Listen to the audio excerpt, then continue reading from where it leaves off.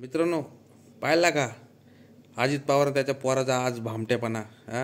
कसं आहे बघितलं का? आता जवळजवळ पुण्यामध्ये ती 40 एकर जमीन घेतली. 40 एकर म्हणजे कोण आहे का?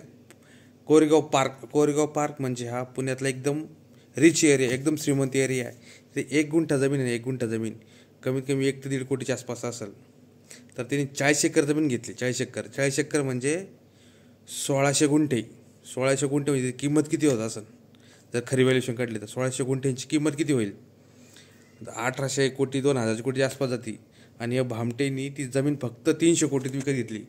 बरं, 300 कोटीत विकत घेतली ती घेतली. येणे खोटं काय सांगितलं का आम्ही तिथं IT पार्क बनवणार आहे म्हणे. IT पार्क बनवणार. मग त्याच्याकडून त्यांनी सवलत घेतली 21 कोटी रुपयांची. फक्त 500 रुपयाचे स्टॅम्प ड्युटी लावली. आणि अवदळ कोणता तो मंत्री त्याला विचारलं हे कसं काय भाऊ असं? तेव्हा तुम्हाला या प्रकरणात अजून काही माहीतच नाही. म्हणजे पहा, आमचं शेतीचं तुम्हाला कर्जमाफी करायला तुमचं दुखतं. आणि तुम्ही बरं 21 कोटीं असे हजार कोटीमध्ये फुकटमध्ये गोंधळून राहिले. हो, अजून पुढं लय मागखे आहे. आणि हे प्रकरण झालं म्हणजे हे प्रकरण असं आहे की याच्यावरती फौजदारी गुन्हा दाखल होऊ शकतो. एवढं मोठं प्रकरण जे एकनाथ खडसेंबद्दल घडलेलं आहे. एकनाथ खडसेंना राजीनामा द्यावा लागला होता त्यांच्या बायकोचं. आणि बायकोने जावाईने अशीच सरकारी जागा विकत घेतली होती भोसरीमध्ये. त्यातून एकनाथ खडसेंनी मुख्यमंत्र्यांनी तात्काळ कारवाई केली आणि त्यांना राजीनामा दिला. मग अजित पवार उपमुख्यमंत्रीपदाचा राजीनामा कधी देणार आहे? प्लस त्यांची मंडळी सुमित्राताई या खासदारकीचा राजीनामा कधी देणार आहे? हो भाऊ, आमचं शेतकरी तुम्हाला डोळ्यात खुपतं ना. मग आता तुम्ही आमच्या डोळ्यात खूप राहिले भाऊ. अजून याच्यातले मग म्या काढल्या ह्याच्यात ती काहीतरी अमेरिया होल्डिंग LLP कंपनी आहे. LLP म्हणजे काहीतरी 1 लाखाचं काहीतरी भाग भांडवल आहे. मग त्या कंपनीचं फक्त 1 लाख रुपये भाग भांडवल आहे. त्याच्यामध्ये 99,000 रुपये पार्थ पवारचे आहेत.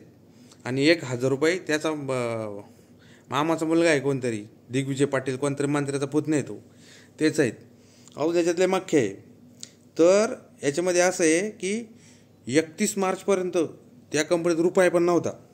हो, त्याच्यानंतर त्याच्यामध्ये 1 लाख रुपये आले. हो, त्याच्यामध्ये 99,000 पार्थ पवारचे आणि 1,000 रुपये त्या काय नाव आहे त्याचं दिग्विजय पाटील त्याचेच. औ असे का मग पहा मग.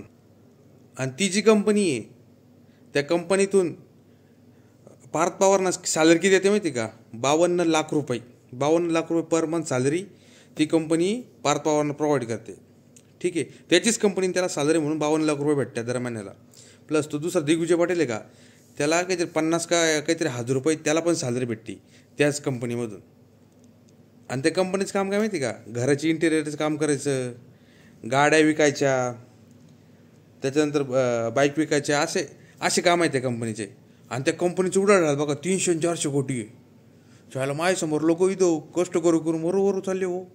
अहो 10 लाखाच्यावर त्यांचं वर्ष ट्रान्झॅक्शन जात नाही. यांचं 300 कोटी ना. 300 कोटी म्हणजे किती ट्रान्झॅक्शन होऊन राहिलं? मग याला कोणत्या बँकेने कर्ज दिलं का काय दिलं काय मागच्या हो आपलं कळत नाही. म्हणजे मित्रांनो बघा किती भ्रष्टाचारी आहे. एवढा मोठा भ्रष्टाचार झाला तरी फडणवीसची कुठल्याही त्याच्यावरती कारवाई नाही, काही नाही. अजित पवारनी अजून राजीनामा दिला नाही, सुमित्राताईंना अजून राजीनामा दिला नाही. अहो एवढा मोठा भ्रष्टाचार होऊन आणि म्हणते आणि तो बाबा म्हणतो दिल्लीत बसलेला, मैं खाऊंगा नाही और खाणे भी नाही दूंगा. म्हणजे बघा, वतनदारीची जमीन इकडं 300 कोटीत खाऊ राहिले. 1800-2000 करोड रुपये जमीन फुकट खाऊ राहिले. अरे भामटे हो, आमच्या शेतकऱ्याचा कर्जमाफी करायचे तुमचं पोट दुखायला लागलं होतं. टापल्या मारू बोलत होते. अरे काय भामटे काय नाही. पण एक भाई दादा आता कसं वाटतं? गार वाटतं. झाला ना, केला ना भामटेपणा. हो, 70,000 कोटी रुपयाचे पैसे कुठं आले कळलं का तुम्हाला लोकांना? इथं आले. अरे काय तुम्ही करत होते, आता पोरं पण तोच भामटेपणा करून राहिले. चियायला. आणि आता काय तुम्हाला काय वाढणार नाही. तुम्ही उपमुख्यमंत्री आहे. ते फडणवीस तुम्हाला काय करणार नाही. याच्यामध्ये शिक्षा झालीच पाहिजे. कारण या प्रकरणात तुम्हाला माहीत असेल 2015 साली एकनाथ खडसेंना किती त्रास दिला होता. त्यांनी काही न केलं होतं त्यांच्या बायकोचा आणि त्यांच्या जावाचे त्यात पैसे होते. तरी एकनाथ खडसेंना पक्ष सोडावं लागला, पद सोडावं लागलं, सगळं करून बिचाऱ्याचं यार निवडणुकीचा म्हणजे राजकीय करिअर बरोबर करून टाकलं आहे फडणवीसनं, कारण तो त्याला विरोध करत होता. मग अजित पवारचं काय असा विषय. मग अजित पवारचं कसं व्हायचं? मग हे भामट्यानं शेतकऱ्याचं खाल्लं ना, भगवान की घर देर है अंधेर नाही, समजलं ना भाई.